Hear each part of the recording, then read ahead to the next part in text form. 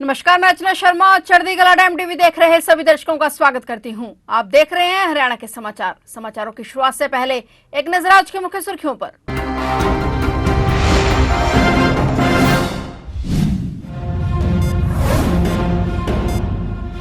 कुरुक्षेत्र के संगमेश्वर महादेव मंदिर पहुंचे मुख्यमंत्री नायब सैनी। सीएम ने की प्रदेशवासियों के उत्तम स्वास्थ्य और प्रगति की कामना। सीएम सैनी अपनी विधानसभा क्षेत्र के 8 गांवों के दौरे पर।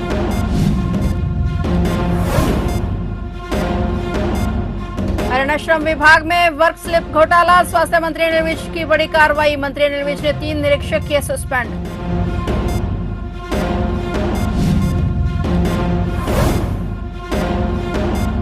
यमुनानगर में गैंगस्टर भीम मुठभेड़ में ढेर, 2 कारोबारियों के घर पर की थी फायरिंग, मांगी थी करोड़ों की फिरौती। गैंगस्टर पर कई मामले थे दर्ज।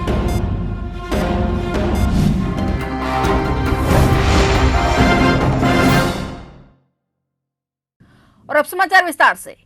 कुरुक्षेत्र के पिहोवा उपमंडल पहुंचे मुख्यमंत्री नायब सिंह सैनी ने संगमेश्वर महादेव मंदिर में पूजा अर्चना कर प्रदेशवासियों के उत्तम स्वास्थ्य और प्रगति की कामना की। मुख्यमंत्री ने कहा कि आज उनके लाडवा में विभिन्न कार्यक्रम निर्धारित हैं। समय मिलने पर वे अपने विधानसभा क्षेत्र का नियमित दौरा करते रहते हैं। इसके बाद सीएम सैनी अपने विधानसभा क्षेत्र के 8 गांवों का दौरा करेंगे। वे अपने दौरे के दौरान सीएम नायब सैनी ने लाडवा और शाहबाद का दौरा किया। सीएम सैनी ने इस दौरे के दौरान गांवों में जाकर ग्रामीणों की समस्याएं सुनी। मुख्यमंत्री ने कहा कि जब भी अवसर मिलता है मैं अपने परिवार स्वरूप कुरुक्षेत्र की जनता के बीच समय बिताना पसंद करता हूं। यहां आकर मैं केवल मुख्यमंत्री नहीं, एक साधारण ग्रामीण बेटे की तरह खुद को महसूस करता हूं। उन्होंने कहा कि हरियाणा सरकार जनता से सीधे संवाद और त्वरित समाधान की भावना के साथ नॉन स्टॉप जनसेवा के पथ पर अग्रसर। हरियाणा श्रम विभाग में वर्क स्लिप घोटाले को लेकर गृह एवं स्वास्थ्य मंत्री अनिल विज ने सख्त रुख अपनाते हुए बड़ी कार्रवाई की है। 3 महीने तक चली जांच के बाद हिसार सहित 6 जिलों में गड़बड़ियां सामने आई हैं। इसके आधार पर मंत्री विज ने 3 श्रम निरीक्षकों को निलंबित करने के आदेश जारी किए। श्रम आयुक्त डॉक्टर मनीराम शर्मा ने तुरंत प्रभाव से निलंबन आदेश जारी कर दिए हैं। जांच में यह भी सामने आया कि श्रमिकों के वेरिफिकेशन का कार्य बिना मौके पर किए गए फर्जी तरीके से किया गया और इसमें श्रम विभाग के निरीक्षकों और विकास एवं पंचायत विभाग के अधिकारियों की मिलीभगत पाई गई है। इन निरीक्षकों ने अगस्त 2023 से मार्च 2025 के बीच बड़ी संख्या में फर्जी वर्क सर्टिफिकेट जारी किए। जांच में विकास एवं पंचायत विभाग के कुछ अधिकारियों की भूमिका भी संदिग्ध पाई गई। दोषी अधिकारियों के विरुद्ध कार्रवाई के लिए विभाग के आयुक्त और सचिव को पत्र भेजा गया है। मंत्री अनिल विज ने कहा कि श्रम विभाग में स्टाफ की कमी के कारण सभी जिलों के उपायुक्तों को निर्देश दिए गए हैं कि वे वर्क स्लिप की जांच के लिए 3 सदस्यीय कमेटी गठित करें। इसमें श्रम विभाग के एक अधिकारी के साथ 2 स्वतंत्र राजपत्रित सदस्य शामिल होंगे। यह कमेटी राज्य के प्रत्येक गांव और शहर में जाकर फिजिकल वेरिफिकेशन करेगी और वर्क स्लिप मंजूरी की प्रक्रिया की निष्पक्ष जांच करेगी। सभी कमेटियों को अपनी रिपोर्ट 3 महीने के भीतर प्रस्तुत करनी होगी।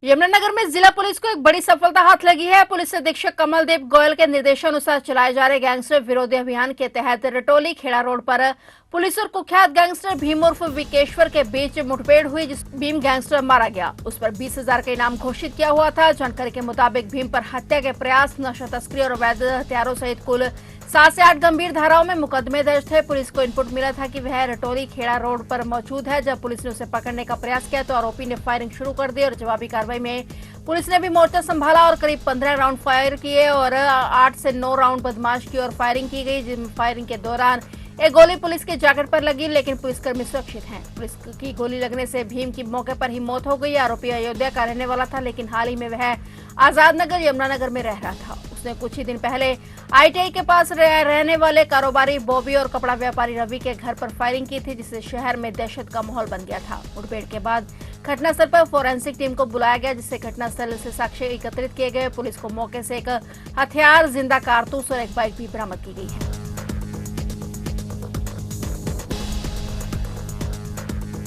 गुरुग्राम की एक कंपनी के सीए ने दिल्ली स्थित फ्लैट में मुंह में हीलियम गैस भरकर खुदकुशी कर ली। दिल्ली पुलिस को मौके पर मृतक द्वारा लिखा गया सुसाइड नोट भी मिला है, जिसमें मृतक धीरज कंसल ने लिखा था कि अगर उसकी फेसबुक पोस्ट डिलीट हो जाए तो यह नोट उसके विचार व्यक्त करने के लिए है। उसकी मौत के लिए कोई जिम्मेदार नहीं है, किसी को परेशान न किया जाए। मेरे लिए मौत जीवन का सबसे खूबसूरत हिस्सा है। कृपया मेरी मौत से पर दुखी ना हो। आत्महत्या करना बुरी बात नहीं है। मुझ पर किसी की जिम्मेदारी नहीं है और ना ही कोई मुझसे भावनात्मक रूप से जुड़ा हुआ है। जानकारी के मुताबिक हरियाणा के करनाल निवासी 25 वर्षीय धीरज कंसल गुड़गांव में चार्टर्ड अकाउंटेंट था और वर्ष 2003 में उसके पिता की मौत हो गई थी और उसकी मां ने दूसरी शादी कर ली थी। उसका कोई भाई बहन भी नहीं था और धीरज गुड़गांव से सटे दिल्ली के माहिलपुर के एक पीजी में रह रहा था। पुलिस के मुताबिक धीरज का शव बेड पर पीठ के बल पड़ा था और उसके मुंह में हीलियम सिलेंडर से जुड़ी पाइप लगी हुई थी। चेहरे पर मास्क और उस पर प्लास्टिक लिपटी हुई थी जिसे गर्दन के पास सील किया गया था। पास ही सिलेंडर, मास्क और मीटर लगा हुआ उपकरण बरामद हुआ है। माना जा रहा है कि धीरज ने पाइप के सहारे मुंह में हीलियम गैस भर लिया था जिससे उसकी मौत हो गई। माना जा रहा है कि हीलियम गैस से सुसाइड का संभवतः देश में यह पहला केस है। यह गैस शरीर में ऑक्सीजन की जगह ले लेती है जिससे व्यक्ति को बिना पीड़ा के दम घुटने से मौत हो जाती है। यमुनानगर जिले के धर्मकोट गांव में 13 साल का एक तनिष्क जो घर का इकलौता चिराग था वह बिजली विभाग की लापरवाही से बुझ गया। स्कूल से घर आने के बाद तनिष्क अपने 2 दोस्तों के साथ खेलने के लिए चला गया और घर की छत के नजदीक 11,000 हाई टेंशन तार पर पतंग की डोर लिपटी हुई थी। जैसे तीनों बच्चे डोर को खींचने लगे, 11,000 हाई टेंशन तार ने तनिष्क को अपनी ओर खींच लिया और इस हादसे में 2 बच्चे तो बाल बाल बच गए लेकिन 13 साल का तनिष्क बुरी तरह झुलस गया। हालांकि तनिष्क को आनंद फानंद में परिवार के लोग अस्पताल लेकर गए लेकिन डॉक्टरों ने उसे मृत घोषित कर दिया। हादसे की सूचना के बाद परिवार के लोगों का रो रो कर बुरा हाल है। तनिष्क के माता पिता और दादा हादसे के बाद सदमे में हैं। तनिष्क पूरी तरह से जल चुका था और वह अकेला बेटा था। हरियाणा में ग्रुप डी पदों पर भर्ती प्रक्रिया एक बार फिर से तेजी से पकड़ रही है। हरियाणा स्टाफ सिलेक्शन कमीशन ने ग्रुप डी की भर्तियों के लिए कॉमन एलिजिबिलिटी टेस्ट सीटी 2025 आयोजित करने की तैयारी शुरू कर दी है। आयोग के चेयरमैन हिम्मत सिंह ने अभ्यर्थियों से आवश्यक दस्तावेज पहले से ही तैयार रखने की अपील की है। आयोग के चेयरमैन हिम्मत सिंह ने कहा कि रजिस्ट्रेशन प्रक्रिया से जुड़ी सूचना पर सभी उम्मीदवारों को दे दी जाएगी लेकिन सभी को चाहिए कि वे अभी से अपने पहचान पत्र, शैक्षणिक प्रमाण पत्र, निवास प्रमाण पत्र, आरक्षण से संबंधित दस्तावेज आदि तैयार रखें ताकि आवेदन के समय किसी प्रकार की परेशानी न हो। ये उन्होंने स्पष्ट किया कि भर्ती प्रक्रिया को पारदर्शी और त्रुटि रहित बनाने के उद्देश्य से सभी उम्मीदवारों को सलाह दी जाती है कि वे आवेदन स्वयं भरें। चेयरमैन ने बताया कि ग्रुप सी के हालिया रजिस्ट्रेशन में कई अभ्यर्थियों ने दूसरे से फॉर्म भरवाए थे जिससे कई तकनीकी गलतियां हुई और उन्हें परीक्षा से वंचित होना पड़ा। ऐसे में ग्रुप डी के अभ्यर्थियों को विशेष सतर्कता बरतने की आवश्यकता है। गौरतलब है कि हरियाणा में 3 साल बाद एक बार फिर सीईटी परीक्षा प्रक्रिया शुरू की गई है और अब सबकी नजरें ग्रुप डी की सीईटी परीक्षा पर टिकी हुई हैं। इनकी तैयारियों में हरियाणा कर्मचारी चयन आयोग पूरी तरह जुटा हुआ है।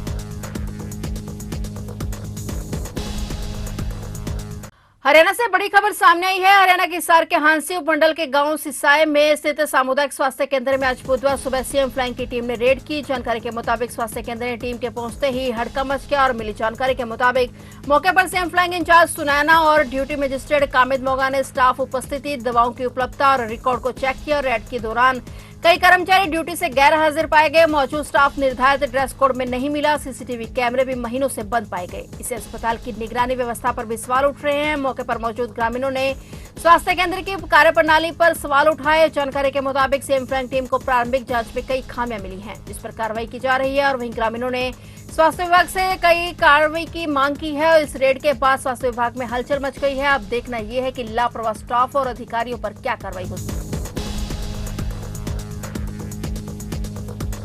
हरियाणा से बड़ी खबर सामने आई है। सीएम नायब सिंह सैनी ने नए कलेक्टर रेट को मंजूरी दे दी है। सूबे में अब नए कलेक्टर रेट बढ़ने को लेकर अब कोई संशय नहीं रहा। मुख्यमंत्री सैनी ने सूबे में बढ़ने वाले नए कलेक्टर रेट की फाइल को मंजूरी दे दी है और मिली जानकारी के मुताबिक 1 अगस्त से ही अब इन्हें लागू कर दिया जाएगा। सीएम की मंजूरी के बाद तहसीलों में नए रजिस्ट्री के अपॉइंटमेंट को फ्रीज कर दिया गया है। जानकारी के मुताबिक अब 29 से लेकर 31 जुलाई तक कोई भी नई रजिस्ट्री नहीं होगी। सिर्फ उन रजिस्ट्रियों को किया जाएगा जिनका पहले अपॉइंटमेंट लिया जा चुका है। रेवेन्यू डिपार्टमेंट के सूत्रों का कहना है कि इसको लेकर आज सभी जिलों के डीसी को लेटर जारी कर दिया जाएगा।